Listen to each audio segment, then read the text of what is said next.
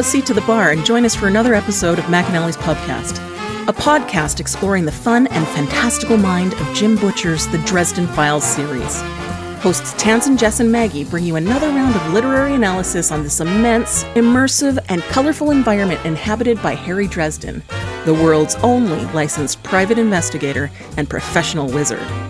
Join an active and engaged community of new and die-hard dedicated fans focused on the fabulous themes, theories, characters, context, lore, and more. This is McAnally's Dresden Files Pubcast, brought to you by Free Flow Rambling. Conjure by it at your own risk.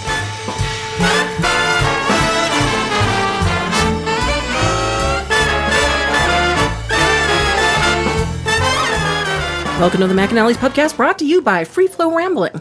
This is episode 10.8, Kitty, where we are covering the novel Death Masks. My name is Tansen, and I am joined by Maggie. Hello, hello. And Jess. I'm Batman.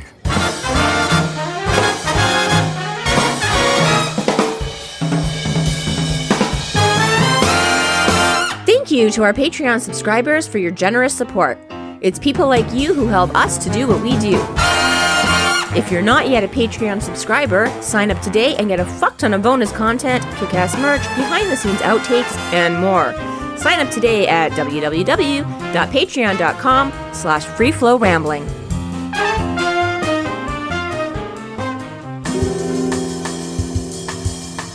Chapter 10. The Archive and our hired man, Kincaid, make a visit to Dresden at his apartment. The Archive requests to know Dresden's second for the duel and informs him that he needs one by sundown, or his life is forfeit. Next, she asks him what his weapon of choice is, which Dresden chooses energy, despite the Archive's warnings. Mom, are you having a good day today?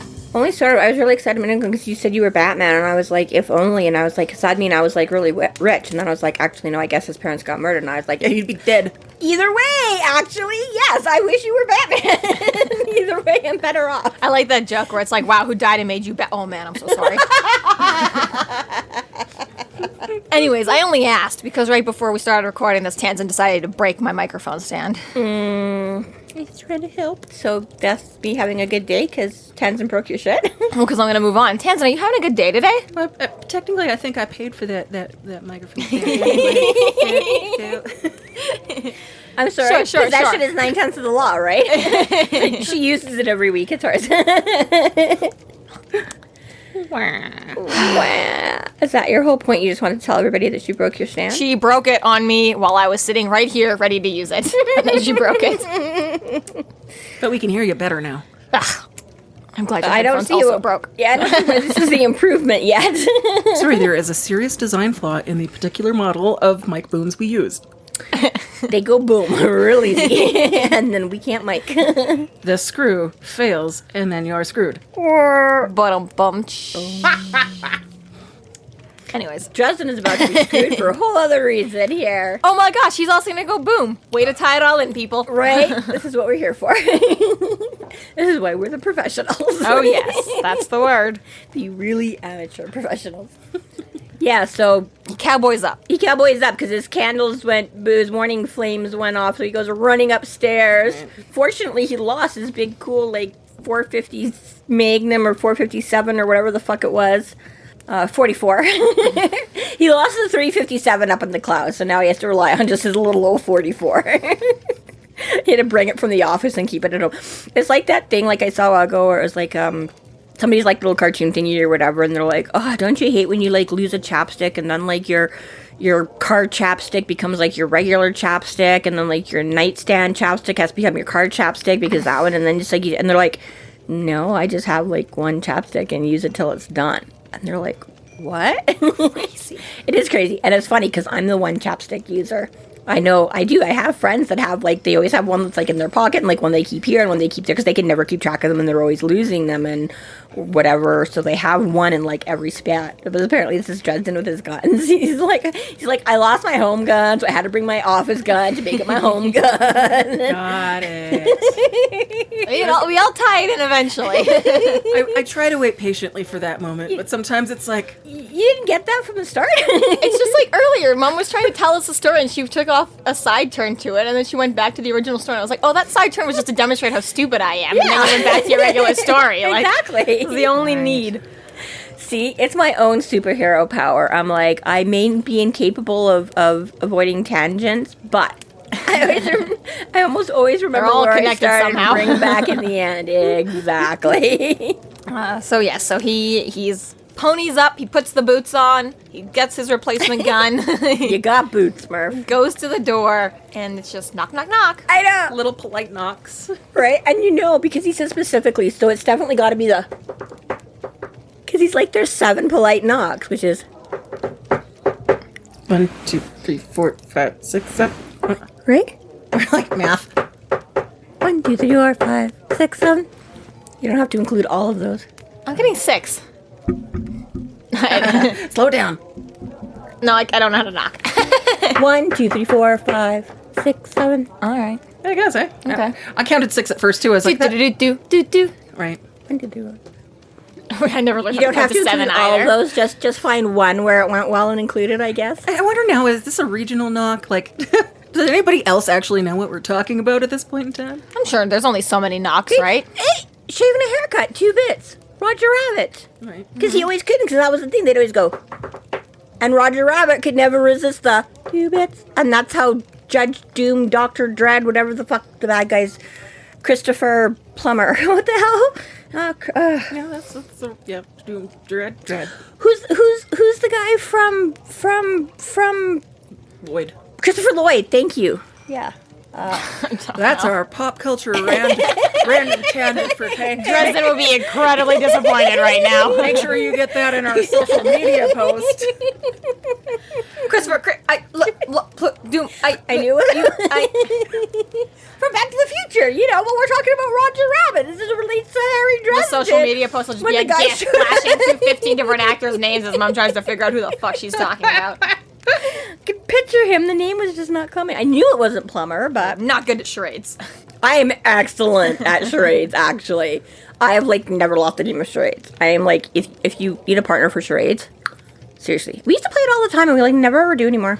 Nope. It's a shame. Also, don't live together anymore, so. Okay, but we still get together occasionally for family things. That's it. Next time we start our podcast, before we go, we'll have a friendly game of charades. Let's test this theory. Feel free to all join in and play along. We'll record it for you, and it will be bonus content placed on Patreon. They can suggest what Mom has to act out and win charades with. Okay, it can't be any We'll worse. just be like, what the fuck? Can't be any worse than the one time my friend picked Mephisto, the lesser god of heartburn and indigestion. And Oh, I'm tired of hearing this fucking story. I just spent 2 weeks with Dave. it was a weekend, so God it was damn it. maybe 2 days. Anyways, I'm just saying. Everyone who was at that party always has to tell this fucking story. Once you have to I know act out 15 Mephisto's- fucking adults, and they all talk about this fucking Mephisto. I think it was Mephisto. Well, you just have the option to pass on that one. Be like, No, not the ones we were playing, because it's a version of charades. Celebrity. Did we ever make you play that? I don't think so. Let's move on to Dresden, okay? Right, back to the episode. Anyways, We've got 8 minutes there was of not an option. anything with Dresden yet. Hey, he got up the door and cowboyed up. It's true. And there were 7 polite knocks, which I can only assume. Which he answers by knock knock joke. Well, because he's confused, because he expected all the demons snarling and blasting and spewing, and instead he got a knock at the door. Surely the pizza delivery boy also knocked when he arrived with the pizza. True, but Dresden no longer orders pizza, so it can't be the pizza delivery boy. Henceforth, he feels inclined to not start shooting and ask questions later, and ask the question first. Who's there? The archive. The archive who? And apparently he's got no sense of humor. The archive. What the fuck is an archive? And I love too how he's like, I have a vague recollection of something about this nonpartisan, what does he call it? Why can I not think of the unbiased, gender neutral, emissary type person being mentioned at the last meeting that he was at, but he was kind of busy and not really paying attention. Which is fair and probably true for a lot of meetings, but the last one that we know Dresden attended was also the one where they were like, let's just throw him to the woods. Let's just kill Dresden. Yeah, it'd be like, the vampires want to know if we will just turn him over and kill him. I do like, though, that, he, 3-4 hours ago, he was just in the basement trying to read through a document that he'd never read through before, and he's just like, okay, whatever, Bob, just tell me, right? And now he's upstairs, and it's like, oh, you're not at the archive. He's like, fuck, I really should start reading the meeting notes, like. So it is the archive at the door. They prove themselves with documentation, and it has this magical watermark on it, which is super cool. Yeah, that was kind of cool. And you find out that they get, like, updated passwords, because he's, like, the latest password I got from the council. So it's like, again, we're at war. We're going to, like, have secret, like, Enigma things for all our things, and we're going to, like, update them regularly so no one else can find out what our latest passwords are. And it's, like, one of those things. Ken sent me. Yeah. It's like, I want to know, but I don't. What kind of passwords do... Although we do find out sometimes. Every once in a while, Dresden will, like, call into the council and have to give, like, the eagle has landed at midnight or something kind of things. So the archive is here with someone else, Kincaid.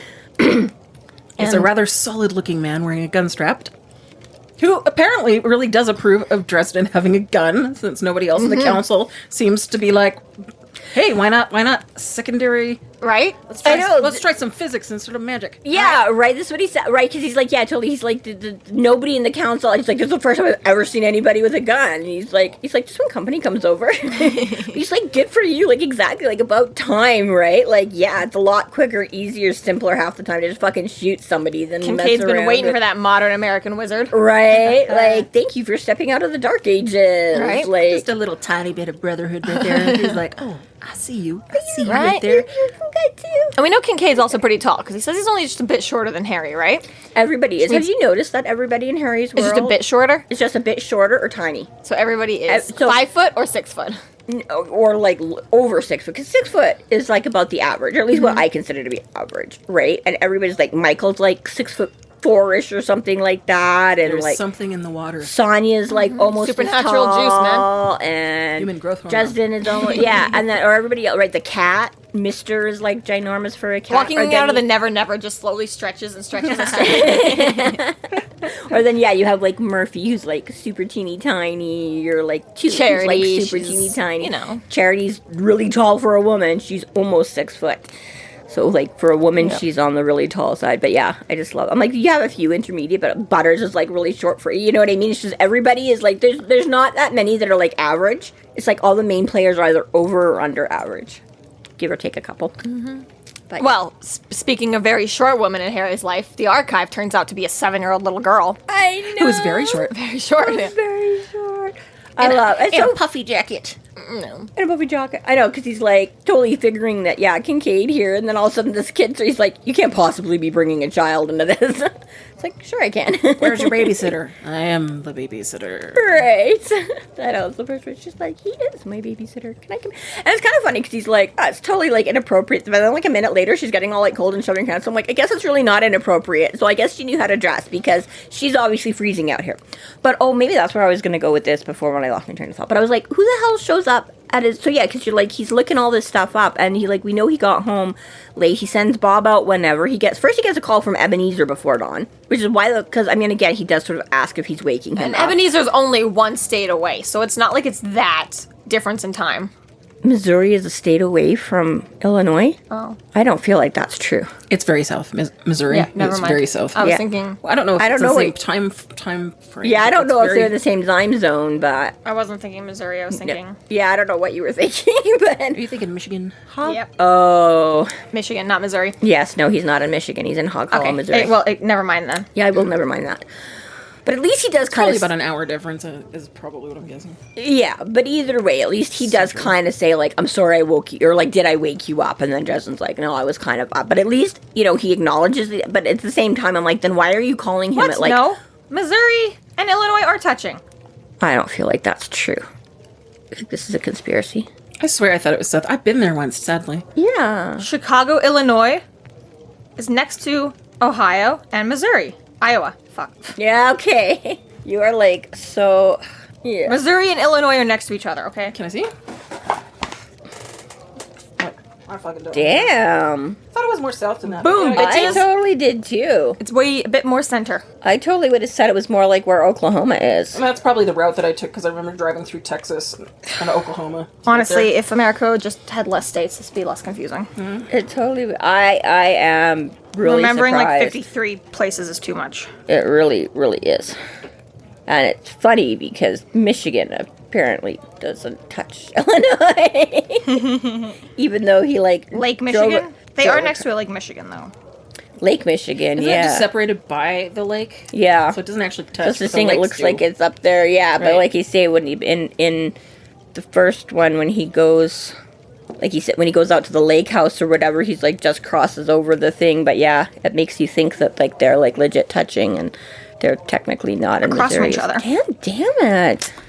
Anyways, yeah, I totally thought that, especially because he makes a crack about being like, because that was, we sort of brushed over that whole thing too when they're talking about the duel or whatever, and Ebenezer is like, whatever. Harry's like, in case something bad happens, I have some papers and, like, you'll know how to find them. And then Ebenezer's all like, yeah, but I'm going to get really cranky if I have to go out to, like, Chicago twice in as many years, right? Because he had to come up for the last meeting. So, again, it makes it sound like it's a lot longer of a journey than, you know, a couple hours or whatever to the next state. Like, that was the other reason why I thought it was, like, way more south than... But again, Illinois, given the lakes, is a lot more south than I would have given it credit for too. Plus, you know, when you're like a 200 to 400-year-old wizard, you know, 8-hour drive is... And 4 to 6 hour drive is a pain in the ass. Mm-hmm. Right. Anyways, the point is he's calling him at the Crockett's, and then we find out that Bob gets back just before dawn. So it is either still just before dawn or maybe dawn by the time he had, and his ward flames go off. So I'm like, who the fuck is showing up on his doorstep at dawn with, like, no... Like, okay, he knows the duel is happening, but this is still not like, you've decided to have a duel? Like, you'll be contacted within 5 hours by... You know what I mean? Like... But really, we should be wizards. operating... They don't operate with the phones very well, especially with the archive. She probably really fucks up phones. We should be on Edinburgh time, though, right now, okay? So maybe Edinburgh just called Ebenezer and was like, hey, bitch. Okay. Dude's gonna get killed. And then he was like, okay, let me call him and tell him it's not happening. It's all good, right? So, yeah, maybe. I was going to say I could maybe see, like, Ebenezer's reasoning for, let me just get on this sooner than later, okay, if I wake him up. But, yeah, I'm just, like, again, if this was, like, a normal day and Harry had gone to bed, she literally would be waking him up out of bed to just suddenly appear on his doorstep and be like, let's talk duel. Like, you know? But dawn is, like, 7 a.m. or something, hey? Right, yeah. That's not unreasonable. And it's cold, so, I mean, it actually could be later. It's winter. Right, so it's not like dawn is 4 o'clock in the morning or anything. Yeah, so it's like, okay, even 9 or 10. Right. Oh, I would be, I'd happily go along with all. And that's reasonable for people who don't sleep. You're right. That is reasonable for people, and I would go along with that, except for the part that she also says, come back in 10 minutes. I don't want to get stuck in rush hour. So we know it's not afternoon rush hour because Bob got back just before dawn. So she's talking morning rush hour. So it's still early it's like 8 enough. or 9 a.m. Which is rush hour. 8 a.m. is rush hour, yeah. Okay, 8 a.m. is usually getting done by like I'm between not really 8 sure and what you're fighting for. What's your argument here? She just showed up really fucking early in the morning unannounced. That's all my point is. Has to get there before school starts, okay? But before 9 a.m. Again, I'm just saying. At college professors, you know, she can't miss teaching that class. I'm not answering my door if someone comes banging on it at 6 a.m. kind of a thing. Like I say, she's lucky she got him at all. Or that he was awake. It was 20 years ago, and it was a different world. Yes, he had like a wind-up Mickey Mouse alarm. It's even more unreliable than a digital. No, I just feel quite early in the morning. It's just it's but just early. And again, I get maybe telephone. He was warned that she could have sent a carrier pigeon. Going to make contact with them. So like, it doesn't really matter what time. Like, business hours, people. He knows this person is coming. Business hours. This is all I'm saying. Regardless of. You don't show up really late or really early, or that's all my point, you know, it's just that this is why it's rush hours, because everybody is headed to work, because that's a normal time to be up and out. But not before that, not when people are still at home in their undies trying to have their coffee. Justin reaches out with the senses and confirms great power in the girl. He compares his power to little Billy Mummery as the omnipotent brat from that old episode of The Twilight Zone. Yes. And I don't know if anybody is familiar with that. I had to look it up. Very vague. I know I have not seen it again recently. I don't know. I have a feeling I did see it at some point, but I know it as one that is referenced frequently. Right. So 6-year-old Anthony Fremont looks like any other little boy, but looks are deceiving. He is a monster, a mutant with godlike mental powers. Adults tiptoe nervously around him, constantly telling him everything he does is good, while displeasing him can get them wished away to the cornfield, where they are presumably met by a less than happy end. So he is like godlike Little powers. tyrant, yeah. And like everybody's terrified and can't actually do anything about it because he can zap them away to he just has to wherever, think them away. Doesn't so- have to do anything. It just goes, I don't like you. Click, gone. You stop existing. Yeah, exactly. So, yeah. Interesting. Yeah. Well, they talk about, little, 4-year-old tyrants there. This is the ultimate nightmare, is that, yes, he was the ultimate kid that could just do whatever the fuck you wanted. All right. So, I mean, needless to say, it makes Dresden just a little bit on edge because that's, like... Ooh, Power. Yeah, well, I had something similar to this conversation, on the way here, and we were talking about the 4-year-old, and exactly, this is why they have, parents and things to teach them, because exactly, like I was saying, we were playing Candyland for the first time. So she could understand the concept, she knew how to tell her colors, she knew how to count her spaces, but all of a sudden, when she wasn't in the lead anymore, she just wanted to keep spinning the spinner, and it's like, well, no, it doesn't work that way, and she's like, but I want to. And I'm like, okay, well, then I want to be at the end of the board and win. Well, you can't do that, that's cheating. I'm like, okay, well, if I have to follow the rules, you have to follow, and it was just that exactly. It's like, yeah, because they don't understand, right? They're like, I understand the rules for you. You can't cheat. You can't do better than me. But I don't understand them where they relate to me, where they limit me because I just want to do it. I want to, So exactly, it's like, yes, all of a sudden this 7-year-old child having the power of the archive. It's like really, really need to have this contrast, because she has these moments of just dichotomy. Really seriousness and intelligence, but then suddenly she is very much a 7-year-old.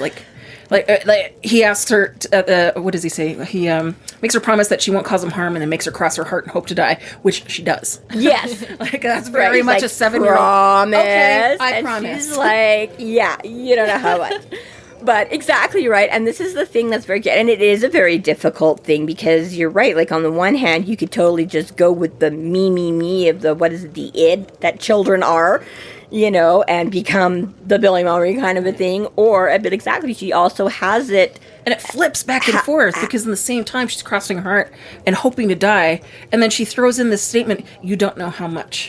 Right? Oh my God! Jesus, yeah. You're like, there's guys, you don't know. Light switch between the two. Exactly. So it's here. Developmentally, emotionally, whatever. She's this 7-year-old child, but you say, cerebrally or whatever. It's almost a nature versus nurture thing, right? As far as, for all intents and purposes, she's only lived 7 years of her life. Yeah. And yet you've got the entirety of human knowledge in your brain. That's a lot more than 7 years worth of knowledge, right? Yeah, exactly, right? So I think it is a very interesting way that Butcher manages to temper the one with the other. That, she could be, exactly. She's got basically, even in the next bit, where he's like, so you know how to do magic? And she's like, I prefer calculus. Which is fine, which I don't understand. But, he's like, but you know it. And she's like, well, yeah. And he's like, puts you on the level of wizards on the White Council, if not this, this is a thing, right? So, she's got some juice, which is even funny because even that she tips him off because she's like, well, you knew I was coming, didn't your wards detect me? They seemed functional. So it's she could, on the way out, coming in, could sense what wards he had and was like, oh yeah, they've tipped him off, which still doesn't excuse you showing up unannounced at that hour. Well, she could probably predict too, based on how much intelligence she's got at the reservoir of knowledge that she has, that this is probably going to be the likely behavior based on the circumstances, is that he's gonna set these things up. He's gonna figure out. And yeah, exactly, right, based on what we know of him and what he does. And yeah, so it's all that it is. She's this absolutely adorable, in her little Peter Pan collar and her puffy jacket, and can I please come in? It's a little, it's a little chilly out here. I don't want to hang around outside, which is funny because then Dresden in his gobsmackedness is still standing around for 10 minutes, and they're like, again, can we move this the fuck inside? We've been asking for 20. He's like, because Kincaid's like, I don't want to leave her out here, and she's like, I don't want to stay out here. Oh, but blah blah blah blah blah blah blah blah blah blah. Yeah, okay. Can I trust you? What's your word? Who are you? Yeah. I like too that Ivy's got a British accent too, so she's all extra, just prim and proper. Hey, sir, la la la. Yeah, exactly, to his American. So yeah, so eventually he's like, oh, okay, yeah, sure, come on in or whatever, right? And then she doesn't need Kincaid in there. She tells him to go wait in the car. And again, before Kincaid can argue too much, I know. Oh, you have to wait in the car? Okay, bye-bye. I locked the door just to be petty. You know? Right. It's like... Well, and Harry does already ask, too, if Kincaid can be trusted. And we get a little bit of a sense from what she says that he's basically just a mercenary. And as long as he's paid, yeah, he's good. Yeah, ethical in his own way. Yeah. Yeah, even that is cute. Kincaid, can you be trusted? Well, you're paid up through April, so we're good until April. After that, I might get a better offer. She's like, there you go. We're good until April. I did like the little moment. Generally speaking, my instincts about people who weren't women who might potentially end up doing adult things with me were pretty good. I love that he just can acknowledge that women make him dumb. Oh, he knows, yeah. Oh, God, another woman. Durr. Yeah. Yeah. Been a lot of evidence thus far. He'd have a hard time denying it at this point. Right. And I mean, again, I don't think he ever has, right? He's like, I go all chivalrous and crazy, and I know y'all don't like it, but yeah, exactly, right? But yes, women that might potentially do adult things with me, so yeah, so I absolutely love Ivy right from the start. She's like so brilliant. Like, you get so many good characters introduced in this book and stuff like that, right?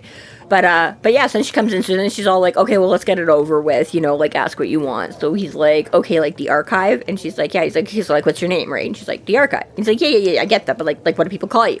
And she's like, the archive. And he's like, what? So, yeah, so that's when he's like, oh, so, like, you're not human then, you're just, like, this. Oh, no, I'm totally, like, a 7-year-old human girl. And he's like, well, how the fuck do you not have a name then? You know, he's like, what the fuck did they put on the birth certificate, girl? Yeah, right? She's like, well, I don't have any, which is a really good question, actually. I don't know, maybe is the archive and that, or are you just exempt from, like, a regular old birth certificate, too?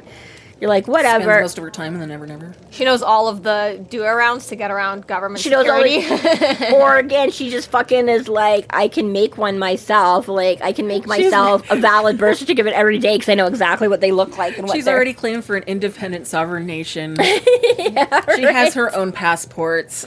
We do not need a familial name. She's like the queen. It doesn't matter. It doesn't matter, exactly.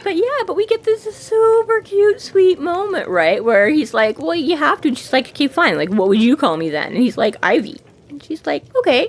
Right? Get the whole, like, derivative of her name and stuff like that. It's like, sweet. And I'm like, it is cool. And not only does it bring up, I had not specifically been thinking in terms of a birth certificate, but it does make me wonder, I'm like, did you just suddenly put Ivy at risk? Yeah, because having a name... She now has a name. She never had a name before. It was like well, her name before would have just been the archive. So right. It's the same circumstance. But it's not as familiar, so maybe it wouldn't have had the same power that a demon could get on the way that you pronounce your name. Because that's the whole point. It's like, a title, not a name. Yeah, because the people before her were also the archive. Her mother that passed. Okay. Yeah, because that's the thing, right? It's like he's like, well, it can't be. And you know, she basically said, she's like, well, I don't have a name. I am the archive.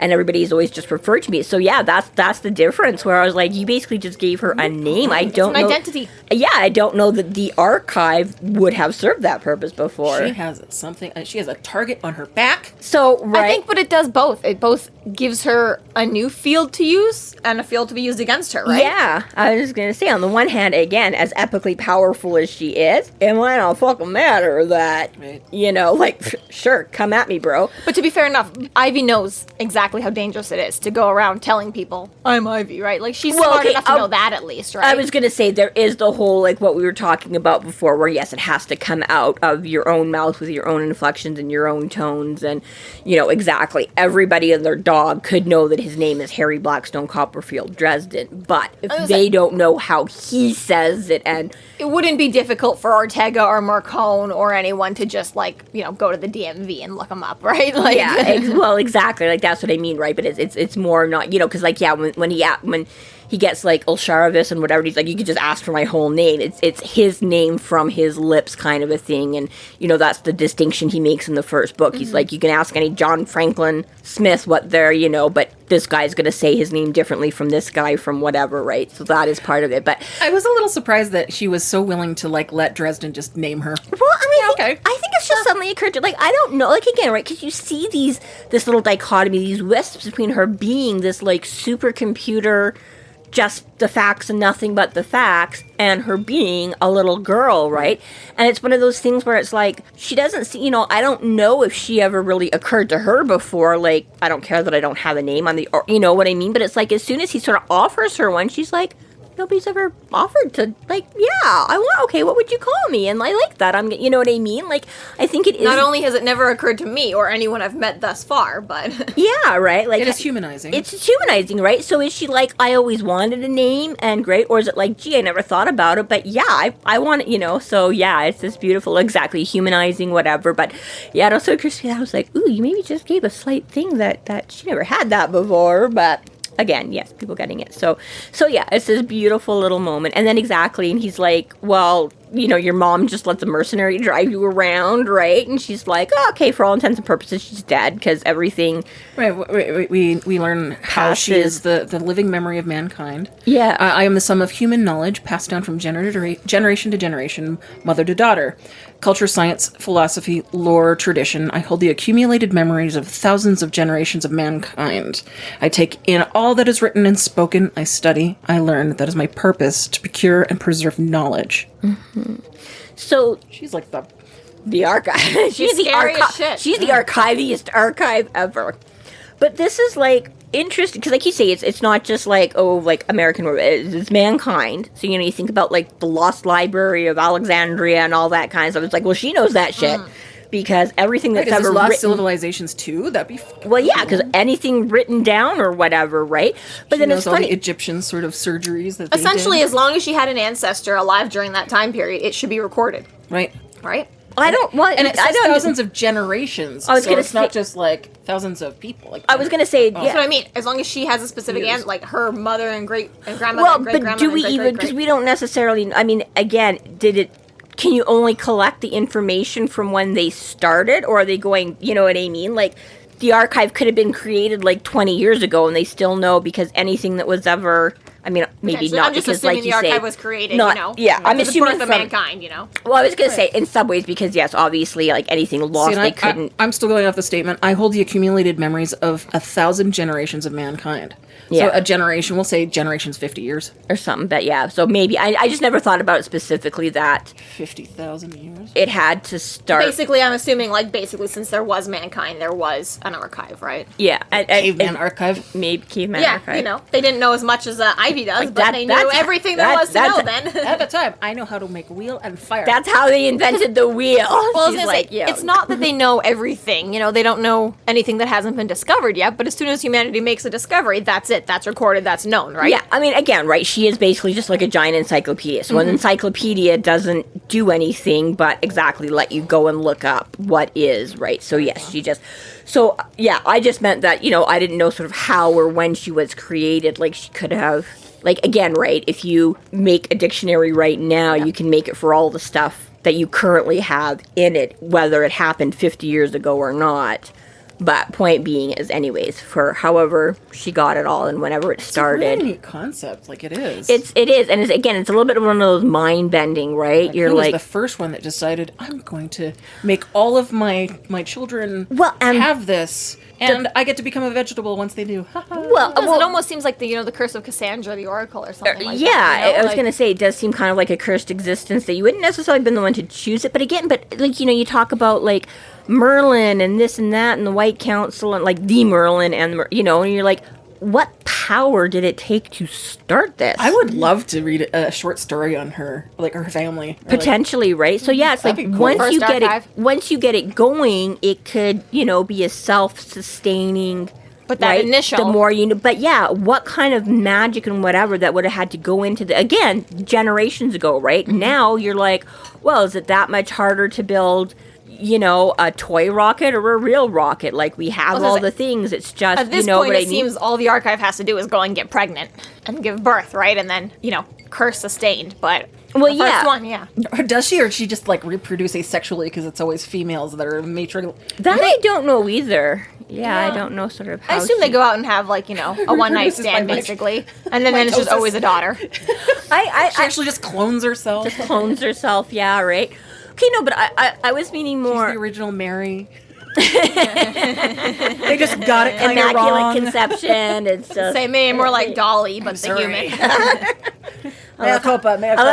Yeah, let's go from the Virgin Mary to Dolly the sheep. I'm like, 6 degrees. The lore of this is endless. It's one or the other. It's one or the other.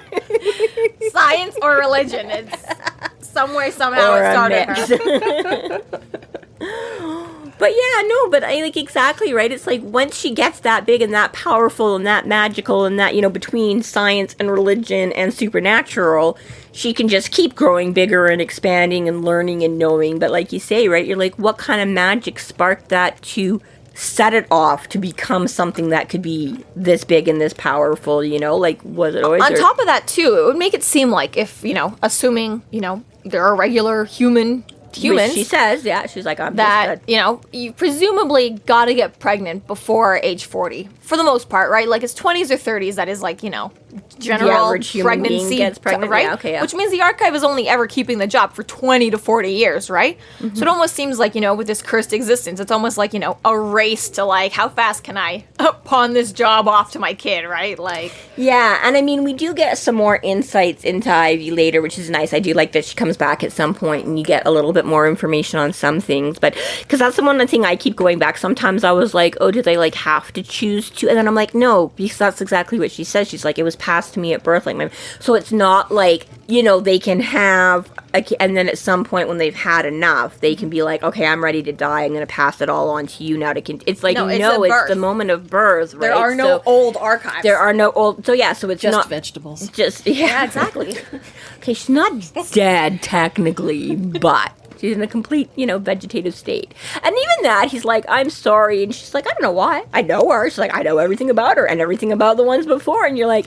I guess that would be a bit of a state of peace after if you've held all of the knowledge, like everything in your brain. I was going to say, I think about it, right? There's things we know where we're like, I wish I didn't know that. That would drive you insane. Right? Like, you probably could only do that for so long before you just, like... lost your shit. Right? Yeah, like how many things we joke about, like, I wish I could unsee that, or I wish I, what I mean? Ignorance is bliss, right? Yeah. Like, yeah. She gets to know all the darkest shit, too. Yeah, well, yeah, exactly. That's exactly. just it. It's not like, oh my god, scientific it's like, yeah, all like... all the horrible shit, too. Well, anybody that's ever written a diary, and we know lots of psychotic serial killers and things keep, You right? got every manifesto in your head, right? Yeah, Got like, every, like that's exactly every single, right? court documentation, Hitler private, everything. Exactly, right? Like, that's when it starts. You're not just... Because in some ways, you're like, fuck, I wish, like... So really, for all intents and purposes, we're lucky that Ivy's walking around and not Billy. Yeah, very, like, a bazillion way. And, again, maybe that's slightly part of it, because Thank she gosh they knows also about wrote- that, too, so she knows that it's It's a not... good thing they wrote therapy down, too. Right, exactly. This is just cognitive dissonance. I know how to solve this. Right. It's like I remember like a teacher telling me, is like, listen, guys, like, knowledge doesn't come through osmosis. You can't put your textbook under your head and just hope the thoughts go into your brain at night. And I remember thinking, like, that'd be fucking awesome. It would be fucking awesome. Fucking really wish I could. Like, I'm gonna start sleeping with my textbook anyways, just in case. If I'm gonna be the first That's person really this hilarious, finally works because with. I don't remember whose classroom it was, but one of my high school teachers, that was a poster. I feel like it was one of the science ones, but it was a Garfield poster, and he just had books like strapped onto like his arms and legs, and like just books. I remember that poster. Yeah, and there's a Garfield cartoon. Yeah, and it was I'm like learning by osmosis. exactly. It's like learning by Maybe that's where my teacher got the joke from, but maybe. It was like, I'm like, yeah, that's pretty much how I. but really, for Ivy, it's almost true. For her it is, and but again, like, it's funny because she said something about like, I don't want to be out late on a school night or something like that, and you're like, well, wait a minute, what? Because she says it's what I do is I read, and I said, I'm like, but you. Like, obviously, have to go to you don't school. need to go to, like, grade 1 or grade 2. Like, you're a bit beyond that. But then it's like, I guess maybe... She's always the ultimate- correcting the teachers. She's like, no. Right. She would totally be that kid. Incorrect. But the government's not paying her for being the archive, so if she wants to have money, she's gonna have to go to school. You know what? Again, She knows ways around that. I'm guessing... She just plays a stock I market. was going to say, I'm giving all this major brain power. Exactly. She probably has, like, a million She's got ways pyramid schemes of everywhere. getting passive income, like, and, like, the generations before her, right?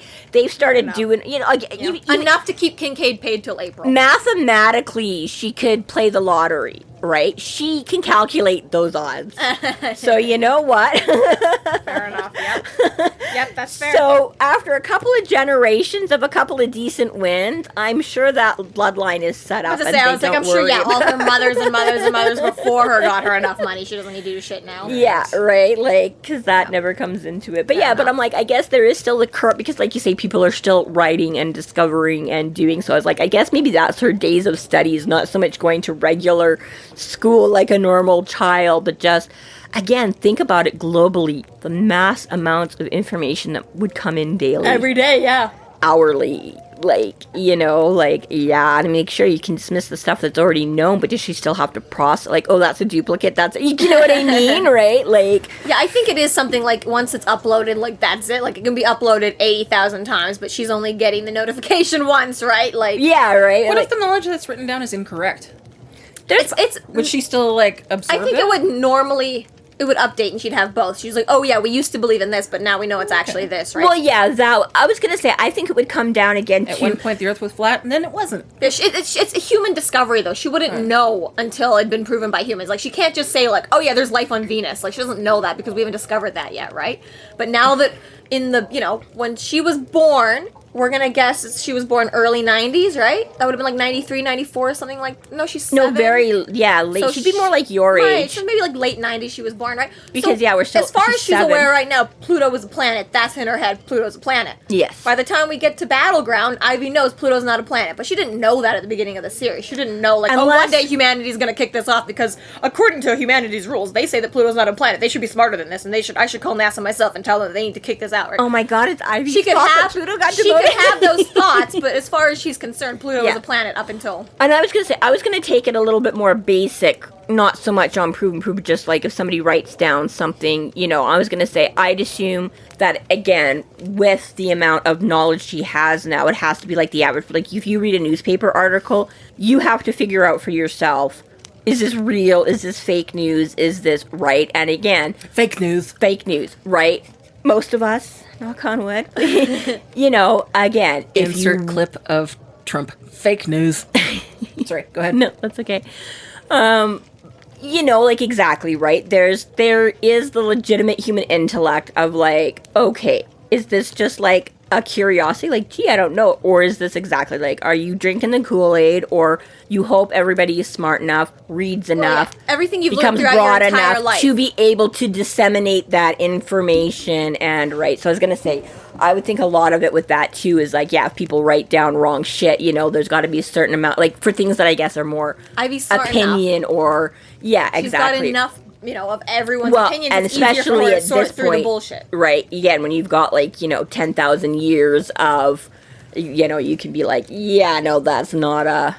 She's read all the CIA files. She knows whether or not the moon landing was fake or not, so she doesn't have to wonder. She knows. That too. Or if it was fake, she knows, and if it wasn't fake, she knows. So it's fine. She doesn't have to waste time on conspiracies. I know I'm totally going into philosophical land. I'm like, I wonder if she actually has to make her own she actually has to go through all of that information on her own and make assessments whether or not or see, I think for her though, it's so much because again, if you knew literally everyone's opinion on everything, everyone's involvement in anything, which is presumably, it's all written down somewhere, somehow, that it'd be easier to, there is no guessing work, right? When you've got, I know what his fucking password is to his phone, and it's, I love Monica, it's like, okay, well, you know what? I'm not, I don't need to guess whether or not he likes Monica or not.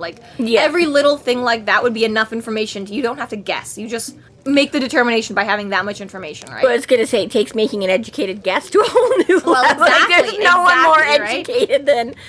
So yes, like you say, the probability. Such an interesting character, though, right? Yeah, it really does. And like you say, like the mind blowingness of how minute you want to get, and how, like you say, is this information processed and disseminated, and like you say, does she have to read? Does she have to sort of somewhere acknowledge each bit of information and sort, or like you say, is it just it's there, and she can just access it when she thinks about.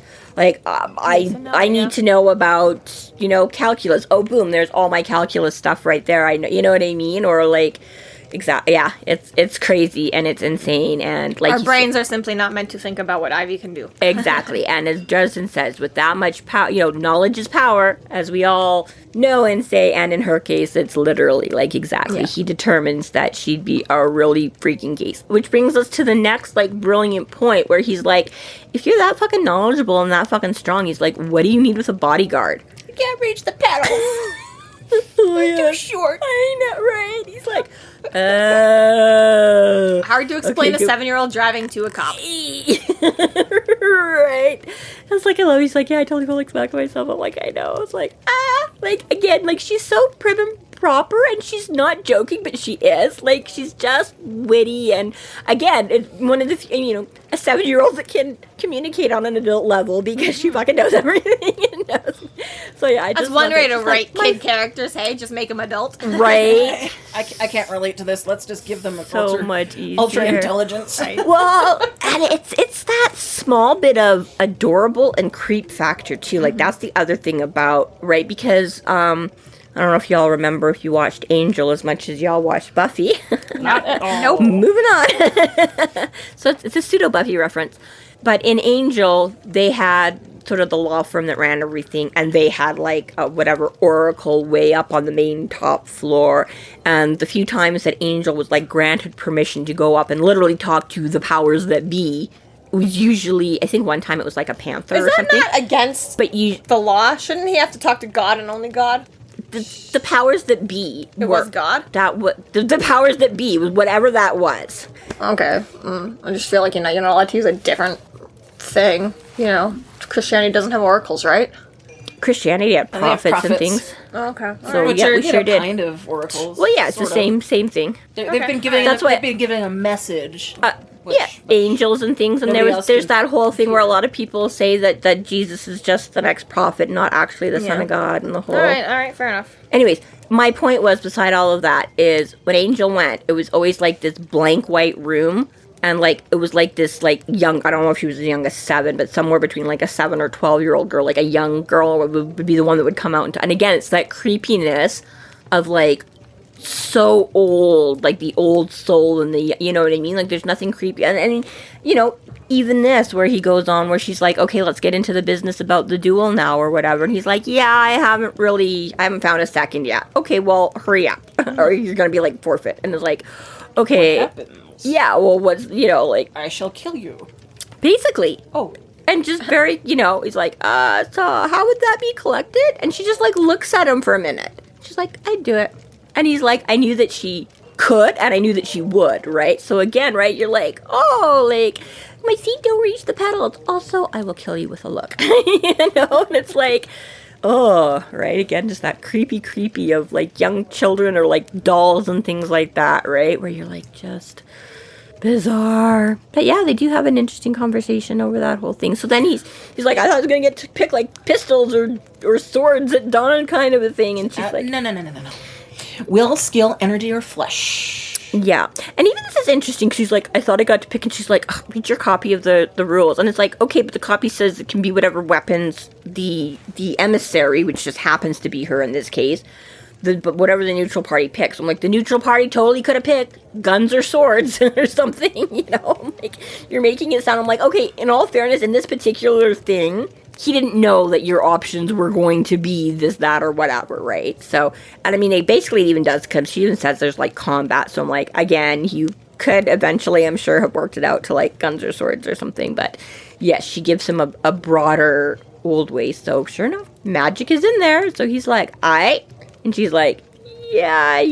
Ortega's gonna fuck that up, right? Yeah, like, He's gonna say no. yeah, but I don't have to pick he's not another one gonna do it until right then. now, right? Yeah.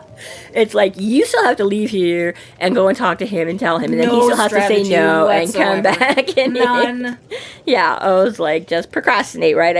She's like, okay, fine, right? So, yeah, he's basically kind of put off both. He's like, I don't have a second yet. I haven't really picked a thing yet. I don't know what else I'm going to do, but we'll just go with this for now. So she's all like, all right, fine. And then we get, I think that was it, right? There was nothing else. No, she gives him his. Kincaid comes back and Ivy gives him his card or her card, to contact him about the second. Oh yeah, she's like, they've got to get in touch with me to then set up there's the next step. This lovely moment where Mr. comes around and Ivy is like, Kitty!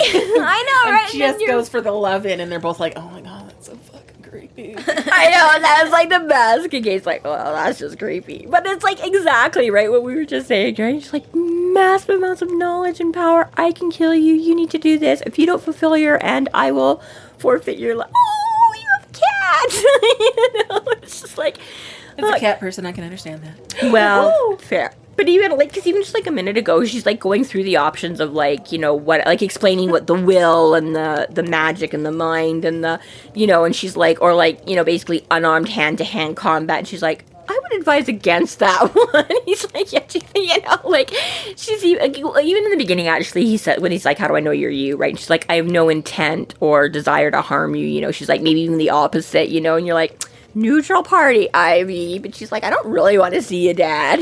But yeah, she's like, Ivy, though, like, she really threw Dresden a bone there, choosing the ancient ways, right? yes. Like, she fully was like, I know what you're about. Like, So I'm not choosing I can't just guns or hand you knives, magic. like- Yeah, Let's make she's this like, vague enough for you to have Exactly, some options. right? So it's that like- too, right? But exactly, yeah. But she's like, you could pick the unarmed guy. Wouldn't really. He's like, yeah, gee, thanks. No kidding. You know? Like, I can't really tell you what to do here, Mr. Dresden, but... But yes, and then just super cute. And of course, Mister's all over it too. Loves right? attention. He's like, oh, little girl, you're all right, person. Mister's got to be like 50% of the size of her, too. Like, Well, right? Her, just about, right? Comes up to her chest. yeah, right? Like, Pretty fuck. damn close. Looks like a lion. She sits on the ground and he crawls into her lap. It's like one morph. Right, but yeah. Aw. He's like, yeah. Hell's bells, it was adorable. She was just a kid. A kid who knew more than any mortal alive. A kid with a scary amount of magical power. A kid who would kill me if I didn't show up to the duel. But still a kid. So yes. Hello, Ivy. Love you, Ivy. I love Ivy. And Kincaid, you're cool, too. You gave her... Yeah, Kincaid is pretty. I liked these introductions. They were really good. Yeah. They're a good foot. Like, again, you love this, like, big... burly, scary, like, and again, he doesn't have to like shove it in your face, right? It's like how he's referred to Mirth. He's just quiet, but He's you're cool. right. He's cool. Kincaid doesn't have to announce that he's big and scary. You just get that he, yeah. And he's got bodyguard to like this little 7-year-old girl who ultimately is like in charge of him, right? Like, yeah, he's there to protect her, He's drive pretty her secure around, in and, his own identity. but yeah, exactly right. But at the same time, you know, she's like, "Can we trust you, Kincaid?" You know, and he's like, "But yeah." This concludes our episode 10.9, Kitty! Thank you for listening. You can find us online at freeflowrambling.com and McAnallys.ca. There we have links to our other podcasts, social media, and other fun tidbits. Please subscribe if you like what you're hearing, and please consider supporting us through Patreon to keep the magic alive and to see more content. We are Free Flow Rambling. Conjure by it at your own risk.